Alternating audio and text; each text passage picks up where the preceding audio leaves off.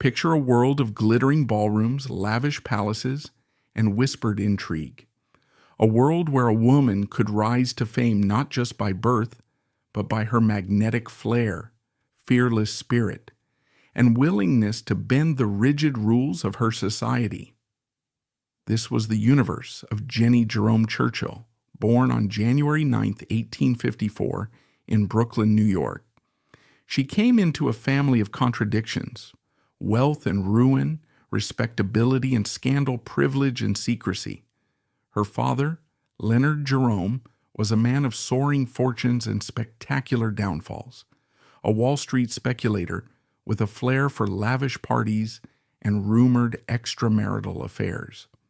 Her mother, Clara Hall, had inherited significant money at the age of 2, yet she never found acceptance among New York's elite, who saw her husband as an unstable gambler. On the day Jenny was born, Leonard's admiration for the famed opera singer Jenny Lind determined his daughter's name. Clara famously protested, "What, just plain Jenny?" Yet Jenny she remained, and from the start she showed a willingness to embrace whatever life threw at her, be it scandal or triumph. In her childhood, Jenny's world glistened with her father's extravagant touches. The Jeromes owned a 6-story Manhattan mansion with its own stable and vast entertaining spaces where cologne and champagne sometimes sprayed from fountains during lavish balls. One day the Jeromes might be flush with cash and hosting 1,000 guests in shimmering attire. The next, Leonard's market gambles might go south, leaving the family in tension about what came next. Clara, exhausted by the rumor-filled social whirl of New York, and especially by her husband's blatant affairs, longed for an escape. She also dreamed of European nobility for her daughters. If New York's upper crust wouldn't fully accept them, perhaps Paris or even London would. Thus began a new chapter in Jenny's life. When Jenny was only 13, the entire family moved across the ocean, ostensibly for her mother's health, but in reality to find a more favorable social setting. This move came not long after the devastating loss of Jenny's younger sister Camille, who died of a fever at the age of 7. The tragedy left the family with heartbreak lingering beneath every polite smile. Arriving in France in 1867, the Jerome found Paris at its apex of imperial glamour under Napoleon III's Second Empire. It was a realm of opulent soirees, swirling gowns, and glittering chandeliers where Empress Eugenie's Spanish heritage made her take an immediate liking to Clara, who possessed her own proud genealogical ties. Jenny flourished at a prestigious Parisian school, displaying an exceptional talent for the piano. At one salon, she performed for Princess Mathilde. On another occasion, she found herself enchanted by the legendary Princess Pauline Metternich, a flamboyant hostess with a flair for sharp wit and style. Through Metternich, Jenny discovered the creations of Charles Frederick Worth, the visionary designer who revolutionized Parisian fashion. Surrounded by art, music, and couture, Jenny soared. She might have gone on dancing, riding, and mingling with the Parisian elite if the Franco-Prussian War had not erupted in 1870. Suddenly, life turned upside down as Prussian forces advanced, forcing the Jeromes into a frantic escape. They left Paris by catching the last train out of the besieged city, carrying their belongings or pushing them along in a wheelbarrow. Eventually, they landed in Brighton and later in London, where Jenny found the skies permanently dull compared to the bright lights of Paris. Still, they settled temporarily and soon discovered the social scene at fashionable holiday spots like the Isle of Wight. One night, in the summer of 1873, in the village of Cowes on the Isle of Wight, Jenny's life changed forever. At a ball among the English gentry, she met Lord Randolph Churchill, the 23-year-old second son of the 7th Duke of Marlborough. Randolph took one look at 19-year-old Jenny and declared he would marry her. Jenny, for her part, was intrigued by Randolph's directness and his provocative sense of humor. His original thinking and disregard for empty social niceties matched the spark in her own character. They danced once, exchanged a few words, and before the night was over, he had proposed marriage. They spent a few more evenings together, strolled through orchards, and quickly made bold declarations of love. This astonishingly rapid courtship scandalized Jenny's mother. It also horrified the Duke of Marlborough, who considered Americans of the Jerome type to be socially beneath them, no matter how rich. Family negotiations over a dowry and financial terms began in earnest. There were arguments, letters of resentment, and multiple near cancellations. Yet Jenny and Randolph's determination, fueled by love, or at least fiery mutual attraction, prevailed. On April 15th, 1874 in Paris, they were married in two ceremonies, first Anglican, then American. Leonard Jerome proudly attended, but his new in-laws stayed away. The newlyweds headed for Blenheim Palace in Oxfordshire, a colossal estate gifted by Queen Anne to John Churchill, the first Duke of Marlborough, centuries earlier. Designed to rival Versailles, Blenheim was breathtaking. Soaring grand halls, an extensive library, a vast surrounding park that seemed to stretch for miles. At first, Jenny was overwhelmed. The fortress-like atmosphere and endless social regulations instilled by the Duke and Duchess felt suffocating. The daily routine was a rigid regimen of polite calls, formal dinners, and scheduled bedtimes. Even tea was served with an elaborate, orchestrated choreography. Any break from tradition was seen as a grievous offense. Jenny stifled her boredom through letter writing, riding, and quietly observing the differences between her old life in New York and this new aristocratic bubble. By the autumn of 1874, she was pregnant, and on November 30th, she gave birth to Winston Leonard Spencer Churchill. The suspicious timing led to rumors that Winston had been conceived before the wedding, since if he had been fully premature, he might have been too weak to survive, but he arrived healthy and robust. The Duke and Duchess barely disguised their cool attitudes. An American daughter-in-law was one thing. An American daughter-in-law who gave birth too soon was quite another. They might have grudgingly accepted Jenny if not for her exuberant personality and the swirl of gossip that followed her. Then came a bizarre incident involving a ring from Randolph's older brother George, known as Blandford, who tried to stir trouble by giving Jenny a piece of jewelry that belonged to his wife. Tempers flared, blame ricocheted, and the Duchess seized the excuse to paint Jenny as an interloper, calling her immoral and possibly manipulative. Resentment brewed at Blenheim, but bigger scandals lay on the horizon. In October 1875, the Prince of Wales, later King Edward VII, embarked on a tour of India. Among his entourage was Lord Aylesford, whose wife, Lady Aylesford, happened to be entangled in an affair with Blandford. Newspapers relished reporting the indecent triangle. The Prince of Wales soon learned that his own name was being dragged in.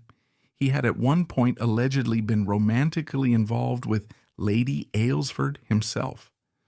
Randolph, out of misguided loyalty, threatened to release the prince's old love letters to Lady Aylesford if she was brought to court in a divorce.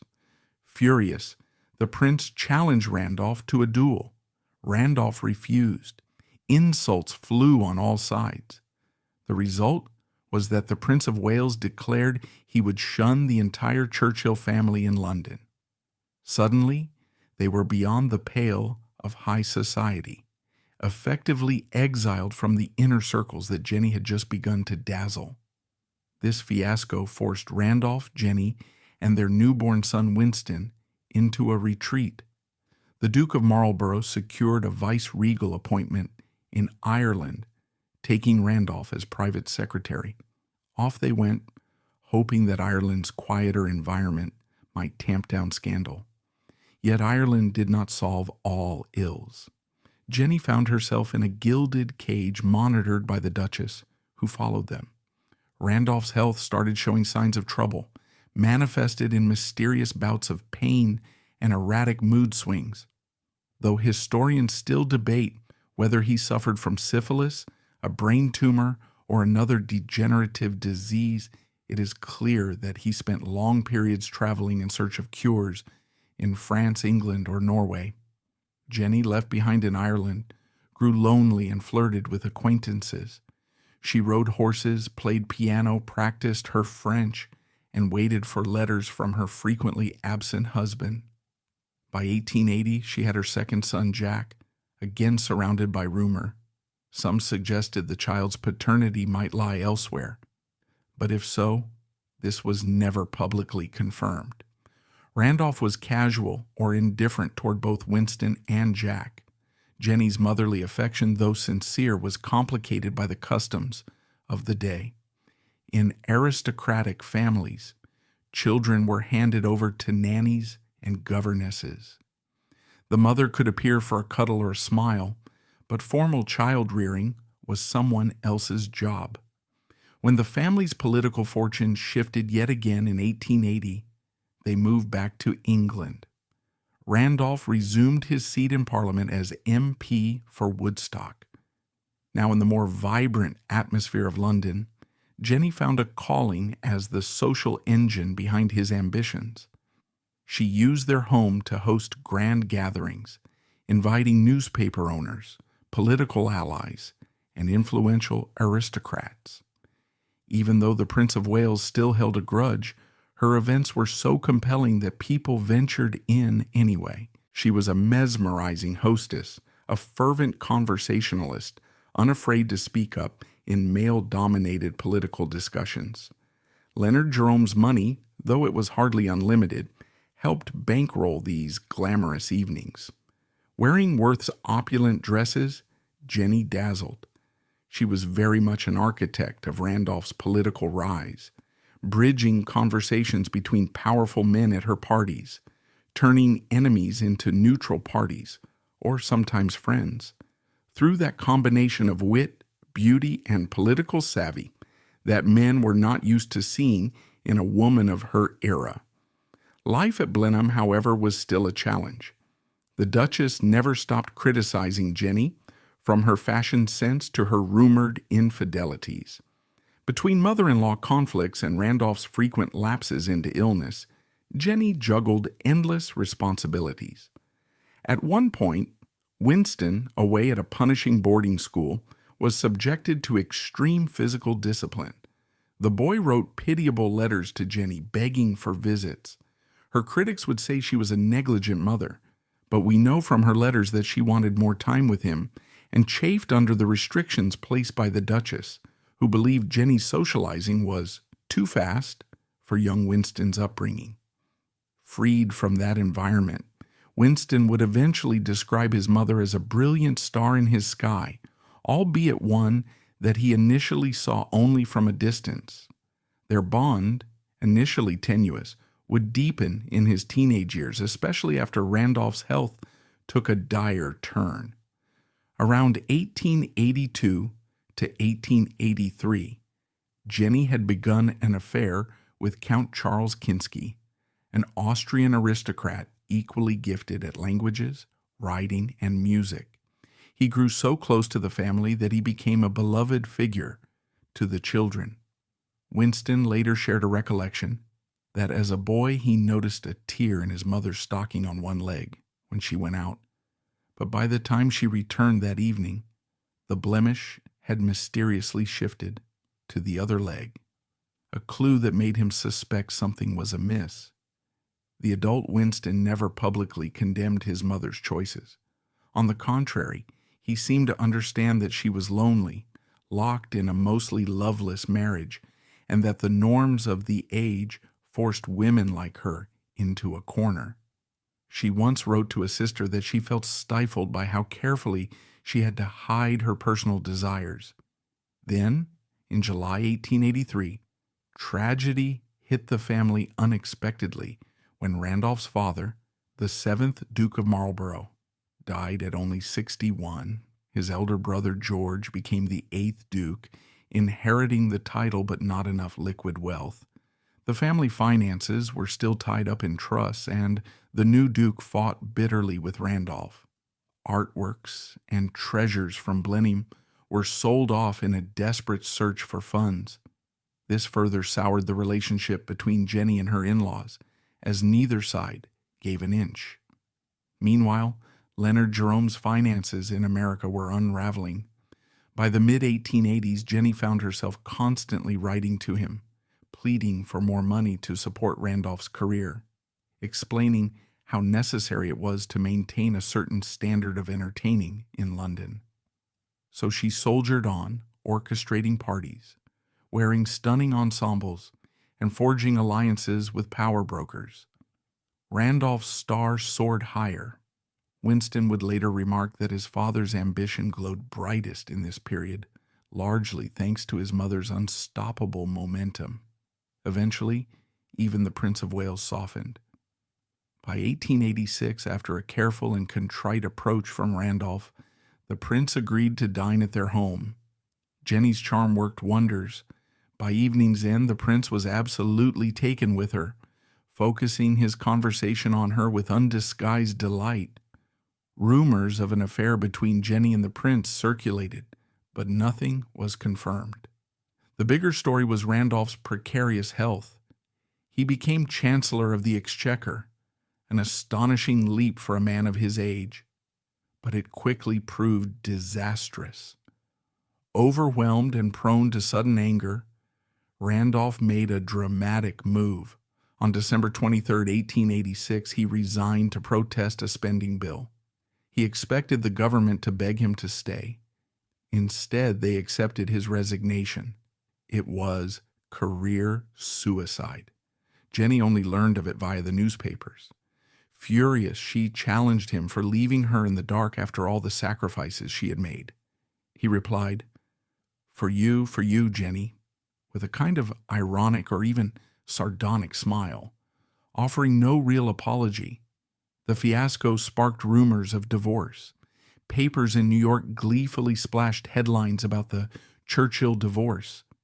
Jenny and Randolph appeared in public together at the Savoy just to quell talk of marital collapse, though privately their relationship was frayed almost beyond repair. Yet she remained. Divorce in the 1880s was ruinous, especially for a woman and especially when children were involved. Furthermore, Randolph's health was deteriorating, and she felt some mix of loyalty, pity, and also a desire to protect Winston and Jack from scandal. The next few years were overshadowed by Randolph's unpredictability, occasionally warm, often cold, always veering toward extreme gloom or bursts of frustration. Count Kinsky drifted in and out of Jenny's life. On one side, he was devoted to her, but on the other side, he was under enormous pressure from his aristocratic family to make a more conventional marriage. Eventually, Kinsky became engaged to someone else. Jenny found out by telegram as she was traveling with Randolph. Heartbroken, she wrote letters to her sister, begging to see if the engagement could be delayed, desperate in the face of losing the man she truly loved. But it was all in vain, and Kinsky moved on. Another admirer, Lord Frederick Wolverton, also fell out of her orbit, leaving Jenny adrift, yet bound by duty to Randolph. In 1891, Leonard Jerome died. Jenny's father, once her stalwart financial rescuer, was gone, leaving debts and heartbreak. She paid her respects, and then, not long afterward, Randolph decided on yet another trip, this time to South Africa, to investigate gold mining prospects. In truth, he was seeking a cure, or maybe just a final adventure. His condition worsened as the 1890s moved along. By the end of 1894, Randolph embarked on a grand world tour with Jenny beside him. Her supporters and detractors alike wondered why on earth she went, but to her, it was possibly her last act of loyalty to the father of her children. The trip was grueling, the strain immense. Randolph could barely walk unassisted. Sometimes his speech slurred, or he lost sensation in his limbs. He insisted he was getting better, writing letters home full of false optimism, while Jenny watched him fade day by day. Then, another blow. She learned Count Kinsky had married. It was like a final closure of a chapter she had cherished. They returned to England in early January 1895. Randolph deteriorated rapidly, and by January 24th, he passed away. Jenny sat by his bedside, exhausted with neuralgia and lack of sleep, but still refusing to abandon him in his final hours. Winston, only 20 years old, was devastated. Though his father had never been truly warm, Winston idolized him and believed Randolph was destined for greater success. Mother and son clung to each other, forging a deeper connection in grief. After the funeral at Blenheim, Jenny faced life as a widow with minimal financial security. Randolph had left her only £500, plus a trust for Winston and Jack. The debts to the Rothschilds alone were staggering, and Leonard Jerome's legacy was in disarray. Yet Jenny wasn't one to retreat quietly into black mourning clothes. She turned her energy toward Winston, who had a budding military career. She used her connections tirelessly, lobbying for his transfer from India to postings where he could prove himself in battle and thus gain a public reputation. She also used her social prowess to get his articles published in major newspapers. Winston, for his part, devoured her advice and read voraciously. He studied political philosophy, devoured Gibbon, and memorized Randolph's speeches. Their letters in the late 1890s showed a blossoming closeness, with Winston writing to her from distant battlefields, describing his experiences and asking for even more help with his career. Jenny, proud and protective, told him not to haggle over small sums and to think of the long term. She paved the way for him to join the Malacan Field Force, travel to Cuba, and finally secure a coveted spot in Egypt with the 21st Lancers, though that last triumph took multiple tries. Yet Jenny's life was never just about Winston. Rumors had her linked with millionaires, aristocrats, and political figures. At one point, tabloids claimed she was engaged to William Waldorf Astor, but she later admitted it was a passing liaison. She formed a real attachment, however, to the dashing young officer George Cornwallis West, who was 20 years younger than she. They fell in love around the turn of the century, provoking scandal all over again. George's family was horrified by the prospect of him marrying a middle-aged widow with a storied reputation. Jenny, though mindful of her reputation, responded as she always did, forging ahead, her heart leading the way. In July 1900, at age 46, she married George, who was 26. Newspapers had a field day mocking the age difference, labeling her a cradle snatcher. The British aristocracy scoffed, and certain family members refused to attend the wedding. But Jenny was unapologetic. She interrupted her honeymoon to join Winston on his first political campaign in Oldham. He was running as a conservative candidate, and thanks to her unstoppable charm, he made a strong impression. Indeed, on October 1st, Winston Churchill, aged 26, was elected MP. The mother-son duo was unstoppable. Jenny rightly felt triumphant. Not only had she defied the gossip, she'd also carved out a critical place in Winston's path to influence. After Queen Victoria died in 1901, King Edward VII, once her suitor, some said, invited Jenny firmly back into the social limelight. Edward, enthroned, recognized her talents and awarded her the Royal Red Cross for her philanthropic work during the Boer War. That conflict had seen Jenny organize a hospital ship called the Maine, raising over £45,000 with help from American women in London, and traveling to Cape Town herself to ensure the ship ran properly. Critics grumbled she overshadowed the nurses, but Jenny dismissed them as petty. In her eyes, she was just doing her part, and if it took a Churchill or Jerome Flair to get things done, then so be it. Her presence on the Main was also motivated by the desire to see Winston, who had been captured by Boer forces before making a dramatic escape. Fortunately, she arrived to learn he had escaped and was safe. She wrote about her experiences for the Anglo-Saxon Review, a high society quarterly magazine she founded in 1899. She poured her energy into that publication, enlisting contributions from literary celebrities like Henry James. It was beautifully produced, complete with leather-bound covers, and cost a fortune to print. After releasing only a few issues, it folded in 1901, but it remains a fascinating window into Jenny's world, a world of intellectual ambition and flamboyant style. Despite these achievements, her second marriage was crumbling by 1907. George Cornwallis West, initially enchanted by her glamour, had grown resentful of her devotion to Winston. He sought new lovers. Rumor had him involved with Mrs. Patrick Campbell, the actress who starred in a play Jenny co-wrote called His Borrowed Plumes. Jenny's theatrical attempt was semi-autobiographical, about a wife grappling with a husband's infidelity. That parallel felt painfully close when she discovered George and the actress entangled in real life. The humiliation, added to financial strains and emotional disillusion, made it clear their marriage could not survive.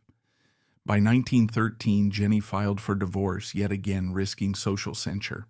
She was by this point well into her 50s, and gossip columnists delighted in painting her as an aging siren unable to hold on to her young husbands. In truth, Jenny retained much of her vibrancy. She refused to withdraw into lonely retirement. Instead, she turned to new projects and remained an active presence in Winston's life as he navigated government roles. The coming storm of the First World War in 1914 overshadowed everything. Winston became First Lord of the Admiralty, responsible for Britain's naval strategy. Jenny, now in her 60s, threw herself into the national war effort. She raised funds, organized events, and oversaw ambulances for London hospitals. She even changed her stance on women's roles. Initially dismissive of suffragettes, she now admitted that women's wartime contributions were monumental. She believed the war would transform women's position in society. Although she had once maintained that women's influence was best exercised privately and charmingly, she realized now that the scale of effort required during wartime demanded recognition and rights. She urged that men freed up by domestic service or footman positions should join the army, and that society should see women as crucial to victory, not mere decoration. In the midst of war, Winston suffered a major blow with the failed Gallipoli campaign, after which he resigned. Jenny was livid at how quickly the government and press turned on him. She told him repeatedly that bigger triumphs lay ahead, that he was destined for greatness. Her unwavering faith was rewarded. By late 1916, Winston was back in government. Jenny, with typical defiance of caution, refused to hide during Zeppelin raids on London. She visited bomb-damaged areas, continuing to help wherever she could. Some said she was trying to rediscover a sense of purpose. Perhaps. Yet she remained, as ever, unstoppable. In 1918, she stunned everyone by marrying yet again, this time to Montague Porch, a man 23 years younger than she. She was 64, and it caused a fresh wave of scandalous laughter in drawing rooms across London. Winston and Jack, although skeptical at first, gave their blessing.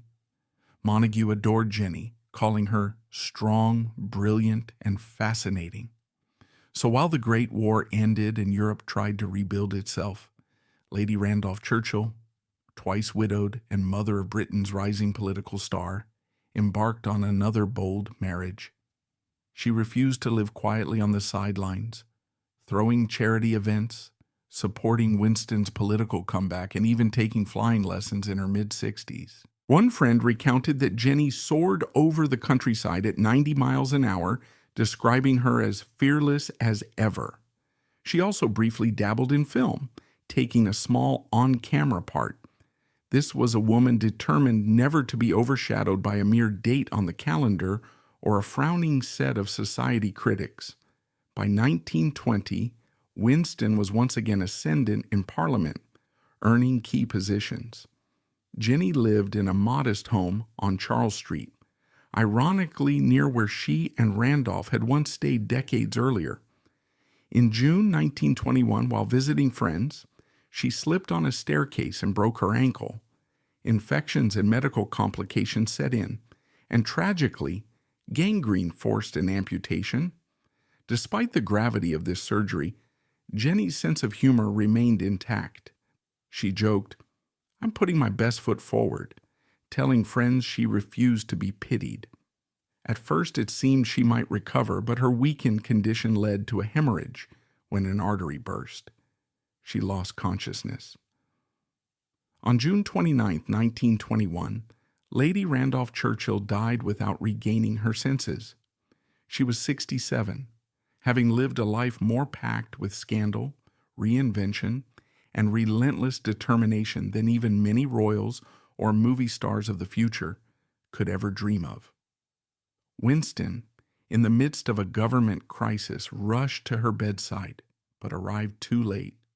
He wrote that 30 years seemed to fall from her brow in death, that she looked peaceful, as though freed of the heartbreaks and storms that had punctuated her life. She was buried beside Randolph at Blenheim, the place that had been the backdrop to so many of her struggles, heartbreaks, and fleeting triumphs. Mourners included statesmen, aristocrats, and society ladies who once whispered behind gloved hands about the fast American. Telegrams of condolence came from all over. The press eulogized her as the mother of Winston Churchill, the unstoppable man who would become Prime Minister and guide Britain through its darkest hour in the Second World War. Thank you so much for watching and for letting me share this extraordinary life. Let us know in the comments what you thought of Jenny's story and which other figures you'd like us to feature.